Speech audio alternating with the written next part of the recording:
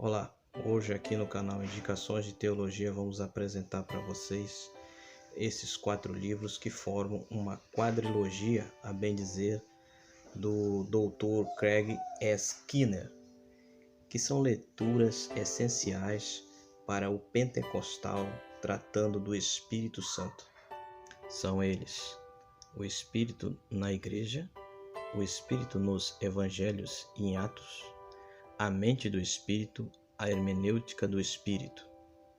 O primeiro livro é O Espírito na Igreja, o que a Bíblia ensina sobre os dons. Todos eles são da edição Vida Nova, tá? Esse livro aqui, ele já tem 238 páginas, tá?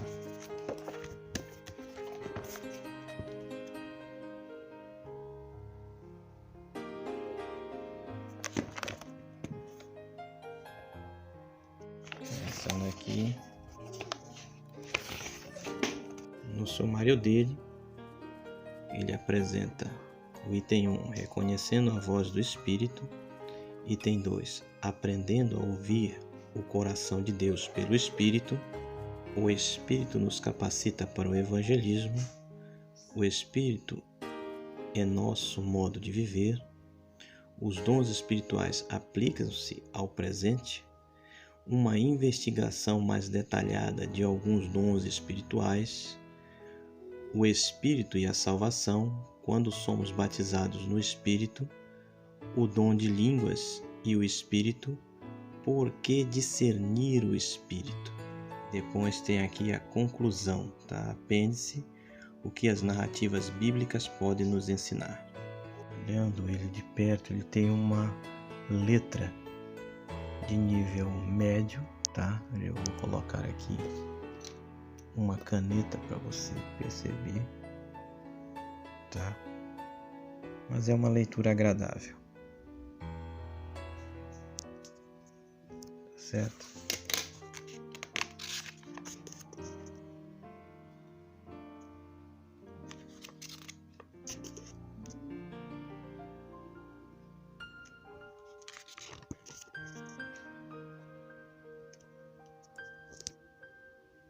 A gente já está aqui no final do livro, tá?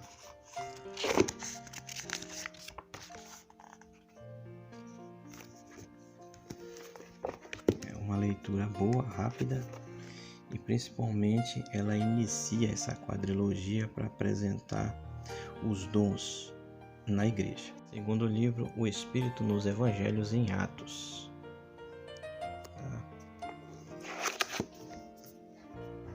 Esse aqui ele tem 335 páginas. Ele já nos apresenta um sumário mais completo. Tá começando aqui.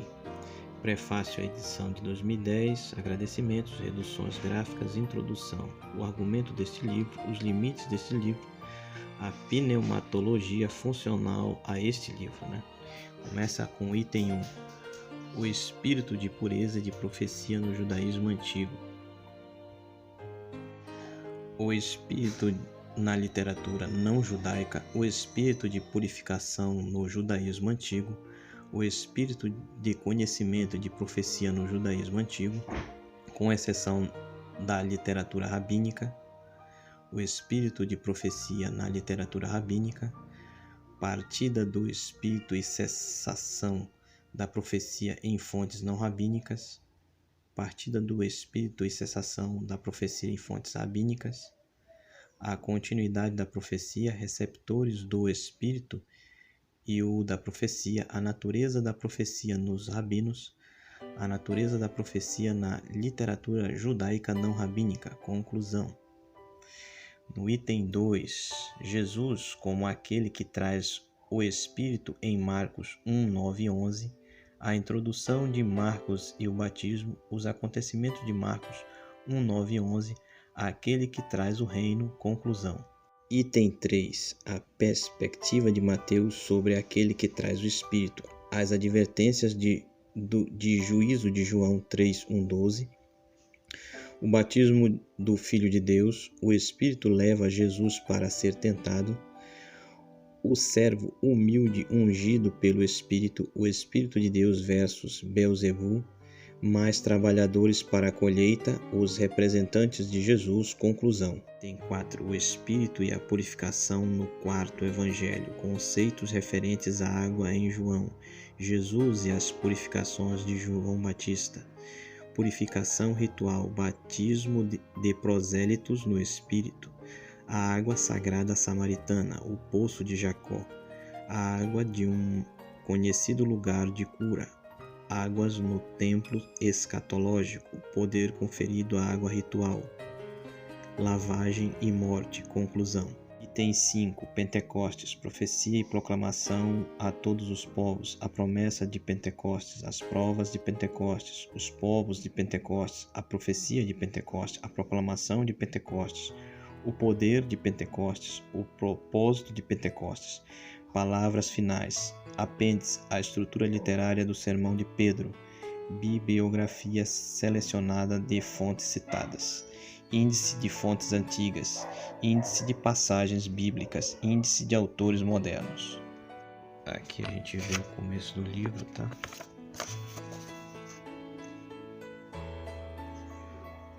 São as obras que serão citadas.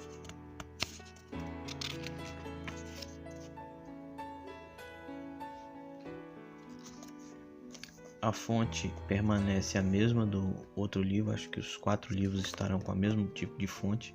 Se houver alguma alteração é para ficar com a letra um pouco maior, mas é pouca coisa de alteração, tá?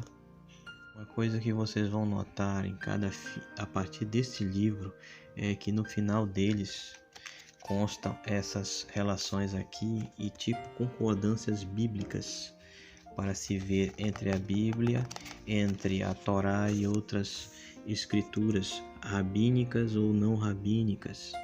Está certo? Está tudo muito bem aqui selecionado como ele usou. Aqui, índice de passagens bíblicas. Sempre vai haver nos finais desses 3 últimos livros aqui. O primeiro não teve, mas esses outros terão. Próximo livro que nós vamos ver, A Mente do Espírito, a visão de Paulo sobre a mente transformada. Esse aqui ele já é um pouco mais espesso, ele já tem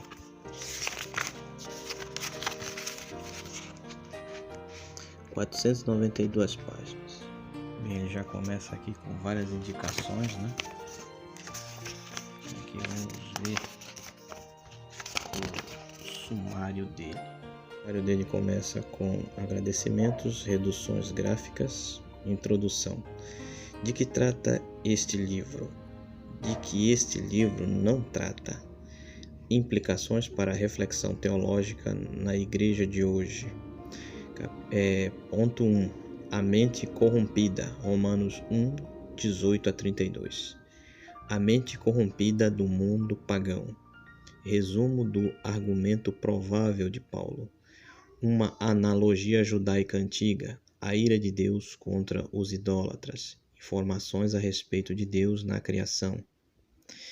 Excurso, conhecimento de Deus no pensamento do Mediterrâneo antigo. Mentes corrompidas resistem às evidências racionais da criação. Insensatez da idolatria. A loucura do pecado com o seu próprio castigo. Entregues a desejos irracionais, pensamentos corrompidos por paixões, alteração da imagem de Deus, Romanos 1, 23, 27. Mentes inadequadas, Romanos 1, 28. Conclusão. 2. A mente da fé, Romanos 6, 11. Morte com Cristo, Romanos 6, 1, 10. Produz justiça, a nova identidade, mortos com Cristo. Excurso, antecedentes nas religiões de mistérios, para morrer e ressuscitar com Cristo. A morte para o pecado erradicada as paixões, libertos da escravidão, definidos pelo destino em Cristo, consideração da nova realidade pela fé, fé e atribuição, consideração cognitiva em outras fontes da antiguidade, excurso, autoconhecimento, identificação com Cristo, A evidência da nova identidade, avaliação da solução de Paulo, conclusão. A mente da carne, descrição de uma situação cristã ou pré-cristã. Os primeiros intérpretes, levantamento dos pontos de vista contemporâneos, Romanos 7, 7, 25, com vida cristã, Romanos 7, 7, 25, com experiência não cristã. Por que usar o tempo verbal presente? Quem é o eu em Romanos 7? Autobiográfico. Um eu genérico ou projetado. Adão, Israel, levantamento do contexto e da função de Romanos 7, 7, 25. O problema das paixões. As paixões e a lei em fontes judaicas helenísticas, desejo de Romanos 7, 7. Excurso, conceitos de lascívia e de outros desejos ilícitos na antiguidade. Paixões na tradição da Judéia, o impulso maligno, conflito interior, crença a respeito de conflito interior na antiguidade, o retrato de alguém dominado pelas paixões, servidão da volição, o desejo de fazer o que é certo, contraste entre a lei no corpo e a lei na mente, Romanos 7, 22, 25. A lei na mente, a lei, o corpo e o pecado, desejos físicos no pensamento da antiguidade. Excurso, a carne, Paulo e o corpo, uma imagem da derrota. Excurso, metáforas militares da antiguidade. Conclusão. A mente do espírito, Romanos 8, 5, 7. A nova mentalidade, disposição em mente, relação com a mente derrotada em Romanos 7. Contraste com a abordagem baseada na lei em Romanos 7. Duas maneiras de pensar, a ênfase sobre o pensamento sábio na filosofia. Tipos ideais, duas categorias na humanidade como tipos ideais. Tipos ideais judaicos, participação da mente de Deus, participação da mente divina no pensamento grego, habitação da divindade na pessoa no pensamento gentílico e judaico, a experiência do Espírito, a mentalidade do Espírito e paz, Romanos 8, 6, a mente tranquila conforme os filósofos, a possível base exegética para a mente tranquila, tranquilidade na comunidade, conclusão. Item 5, uma mente renovada, Romanos 12, 1, 13, a apresentação do corpo como sacrifício, sacrifícios na antiguidade. Sacrifício vivo, sacrifício nacional, transformado versus conformado. A nova era versus a antiga, renovação para uma nova era, mente e transformação. Discernir a vontade de Deus, critérios para avaliação. Bom, agradável e perfeito como critérios. O contexto literário para essa nova renovação da mente. A mente de Deus no contexto precedente, uma mente para o corpo de Cristo no contexto subsequente. Conclusão. Item 6. A mente de Cristo, verdadeira sabedoria. 1 Coríntios 1, 18, 2, 10. A sabedoria da cruz, 1 Coríntios 1, 17, 2, 5. A sabedoria da era futura, 1 Coríntios 2, 6, 10. O discernimento do Espírito, 1 Coríntios 2, 10, 13. O Espírito como revelador, 1 Coríntios 2, 10, 11. Entendimento por meio do Espírito de Deus versus o Espírito do mundo, 1 Coríntios 2, 12, 13. Competência espiritual para avaliar a verdade, 1 Coríntios 2, 14, 15. Uma cultura universal de avaliação, critérios de avaliação, incapacidade de entender as coisas do Espírito, 1 Coríntios 2, 14, 15. Excurso, pessoas naturais e espirituais, fontes sugeridas da terminologia, mortais em Adão versus o Espírito de Cristo. Temos a mente de Cristo, 1 Coríntios 2,16, a base bíblica de Paulo, revelação da mente de Deus, dons para o ministério e a mente de Deus, inspiração e capacitação divinas e não identidade divina, 1 Coríntios 3:3-4. Excurso: a divinização nas tradições grega e romana, transformação por meio da visão, 2 Coríntios 3:18.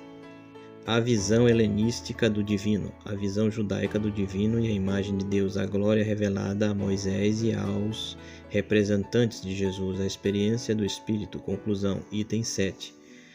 A mente semelhante a Cristo, Filipenses 2:1-15, 3:19-21 e 4:6-8. A paz divina guarda a mente em Cristo, Filipenses 4:7. Celebração em Cristo, Filipenses 4:4. Oração em lugar de preocupação, Filipenses 4:6. Reflexão sobre o que é puro, Filipenses 4:8.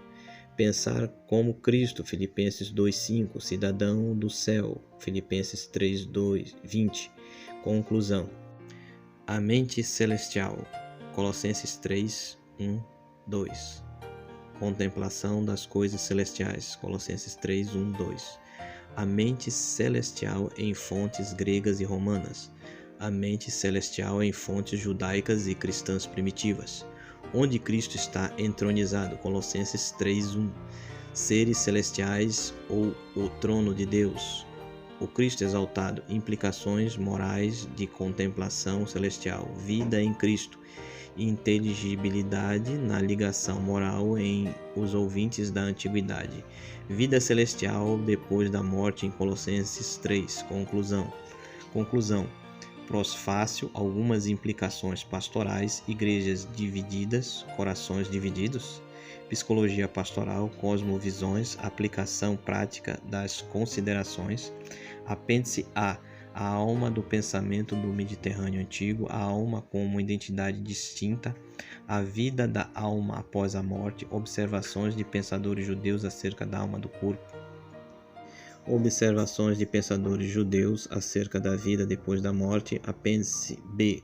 Parte do plano sábio de Deus na Bíblia de Paulo, bibliologia, índice de passagens bíblicas, índice de outras fontes antigas, índice remissivo. Vimos a fonte se mantém do mesmo tamanho, tá?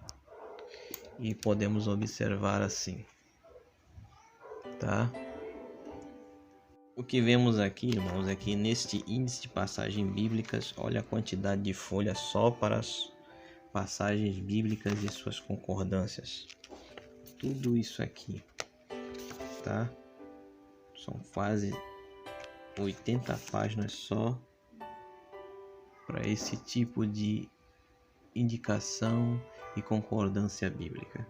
O próximo e último livro, a Hermenêutica do Espírito, lendo as Escrituras à luz do Pentecostes.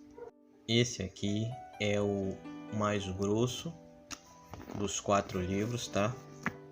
É uma obra bem completa. A gente vai ver agora aqui. E no final ele começa a indicar os outros livros. E para quem não sabe, ele é o autor do Comentário Histórico-Cultural da Bíblia do Novo Testamento, tá? Essa obra tem 629 folhas. Este aqui é o sumário do último livro, tá? Vamos direto para a introdução. O que este livro não é?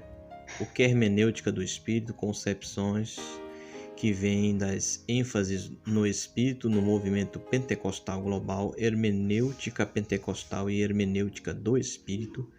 O pentecostal em hermenêutica pentecostal, descritivo ou prescritivo, uma abordagem mais prescritiva.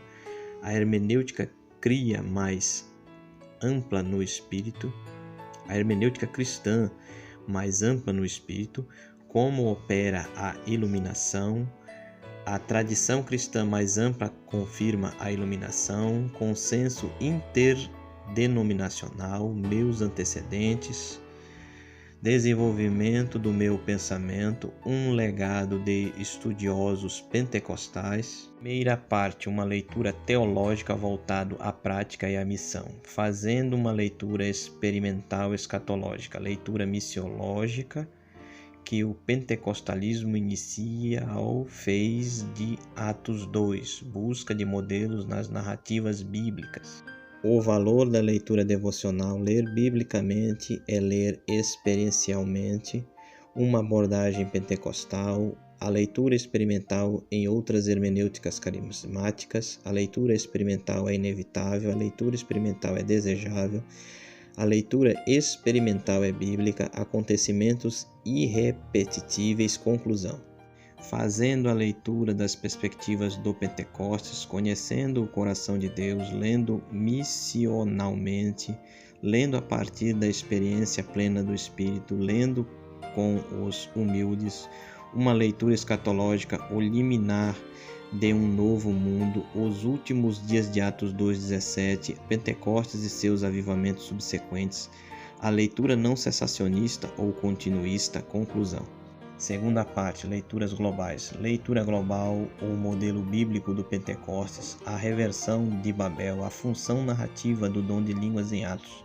a associação com o batismo no Espírito na interpretação do pentecostalismo clássico, o dom de línguas e a missão transcultural, os helenistas biculturais. Conclusão: quarta parte, leitura global, contextualização das escrituras, introdução, escrituras e contexto, as escrituras como cânon transcultural, percepções das escrituras em diversas culturas, a comunicação transcultural nas escrituras, um estudo de caso, a contextualização na Bíblia, recontextualização em um novo contexto nas escrituras. Conclusão: quinta parte, a necessidade da contribuição de outras culturas, a contextualização é inevitável, a cultura molda o que pensamos que é cultural, pontos cegos, priorizando textos, ensino bíblico e imperialismo cultural, dando ouvidos à Igreja Global de hoje, breve excurso sobre o método. Conclusão: algumas percepções valiosas do restante e da maior parte do mundo. Estudo de caso 1. Espíritos, experiências globais relacionadas a espíritos, interpretações acadêmicas ocidentais versus interpretações autóctones, feitiçaria. Estudo de caso 2. Milagres, simpatia versus antipatia, experiências ampla difundidas, lendo os milagres com a Igreja Global, desafiando o ceticismo ocidental sobre milagres. Conclusão: terceira parte, a conexão com o sentido proposto. Sétima, a vara de medição, o padrão, a forma dos documentos canônicos, os objetivos interpretativos ditam os métodos. A tradição pentecostal e o cânon, verdades fundamentais, granola carismática. Irmãos, para a parte do sumário não ficar muito maçante essa leitura que eu tenho que fazer, eu vou fazer a leitura de pontos chaves para facilitar e mostrar o que tem apenas, porque é muita leitura, é muito índice, é muito descritivo o sumário deste livro, tá ok? Vou colocar apenas os pontos principais. Oitavo, os significados antigos importam. Nono, ainda há espaço para autores? Tanto este quanto aquele.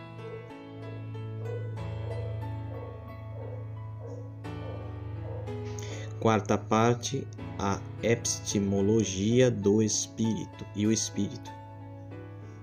11. Uma epistemologia da palavra e espírito.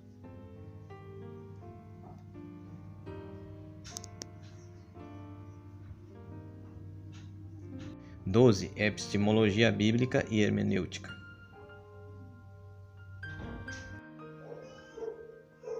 Lendo a Bíblia como verdade. Quinta parte, modelos intrabíblicos para ler as Escrituras. 14. Como Jesus nos convida a ouvir a Bíblia. 15. Lendo a Torá como a lei da fé.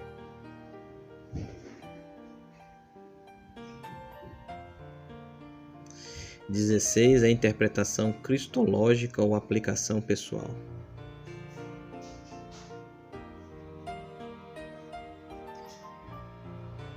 Sexta parte, interpretação carismática de quem? 17. Leituras pentecostais e ingênuas versus leituras pentecostais biblicamente adequadas.